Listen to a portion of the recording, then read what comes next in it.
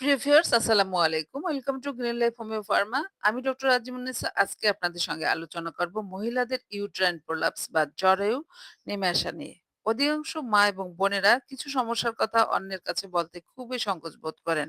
যতদিন সম্ভব হয় সমস্যার কথা চেপে রাখেন নিজের মধ্যে। রোগটির জটিল আকার ধারণ না করা পর্যন্ত ডাক্তারের শরণাপন্ন হন না। এই ইউট্রাইন প্রোলাপস এমনই একটি সমস্যা। ইউট্রাইন প্রোলাপস কি?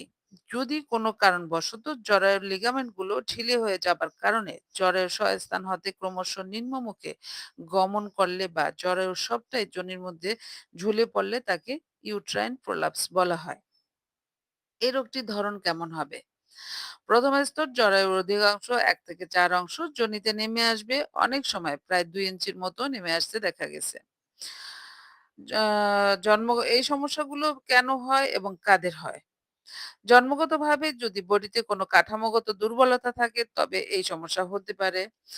যে কোনো আঘাতের ফলে জরায়ু নিচে নেমে আসতে পারে। সন্তান প্রসবের সময় জরায়ুর মুখ সম্পূর্ণ খোলার আগেই যদি অতিরিক্ত চাপ প্রয়োগ করা হয় অথবা প্রসব ব্যথা যদি ১২ থেকে ১৬ ঘন্টার বেশি স্থায়ী হয় তখন হতে পারে এবং প্রসবকালে জরায়ু নিচের দিকে ছিঁড়ে যাওয়া, প্রসবের পর গর্ভফুল বের করার জন্য টানাটানি করা, বারবার ডিএনসি করা, যোনিপথ দিয়ে জরায়ু অপারেশনের কারণে এই ধরনের সমস্যা হতে পারে।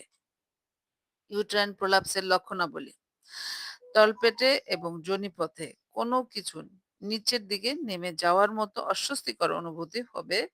মাসিকের পথে জরায়ু বের হয়ে আসছে এরকম অনুভূতি হবে।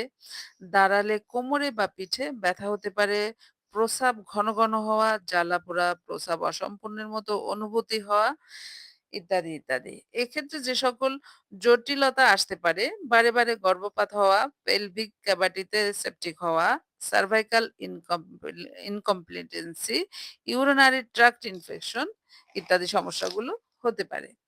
এই যাবতীয় সমস্যায় হোমিওপ্যাথিতে অনেক গুরুত্বপূর্ণ মেডিসিন রয়েছে। কিছু মেডিসিন আপনাদের সঙ্গে শেয়ার করব। তবে পেজটিতে লাইক, কমেন্টস এবং সাবস্ক্রাইব করে সঙ্গেই থাকুন। যেসব মায়েদের জরায়ু থেকে নাভি পর্যন্ত তীব্র সূচ ফোটানো যন্ত্রণা, চুলকানিযুক্ত প্রস্রাব থাকে, জরায়ু এবং যোনিপথে বহির্গমনের মতো অনুভূত থাকে, পার্সোনাল জীবনযাত্রা যন্ত্রণাদায়ক হয়, তাদের জন্য একটি মেডিসিনটি হলো সিপিয়া। খেতে হবে ২০০ পাওয়ারে ২ ফোঁটা করে দিনে ২ বার। দ্বিতীয় লক্ষণ যদি হয় জরায়ু মলদ্বারে যোনিপথে নেমে আসে, কোষ্ঠকাঠিন্য, আমাশা, উদরাময় পর্যায়ক্রমে দেখা যায়, তাদের জন্য একটি মেডিসিন হলো অ্যালোসক্রেটিনা। মেডিসিনটি খেতে হবে ২০০ পাওয়ারে ২ ফোঁটা করে ২ বার। নেট্রামিউর ৩য় মেডিসিন। শৈল্মিক ঝিল্লির শুষ্কতা সহ কোষ্ঠকাঠিন্য ও জরায়ু প্রলাপসের সঙ্গে রোগীর রক্তহীনতা ও দুর্বলতা থাকলে নেট্রামিউর 1 এম পাওয়ারে ২ ফোঁটা করে ১ দিন পর, পর সকালে খালি পেটে সেবন করতে পারেন। তাহলে এ ধরনের সমস্যাগুলো কমবে ইনশাআল্লাহ। প্রিয় ভিউয়ার্স, লক্ষণ ভেদে রোগের জটিলতা অনুযায়ী হোমিওপ্যাথিতে অনেক, অনেক গুরুত্বপূর্ণ মেডিসিন রয়েছে। ইউট্রাইন প্রলাপসের উপর এই রোগটি সার্জারি ছাড়াই হোমিওপ্যাথি মেডিসিনে রোগী দ্রুত সুস্থ হতে দেখা গিয়েছে।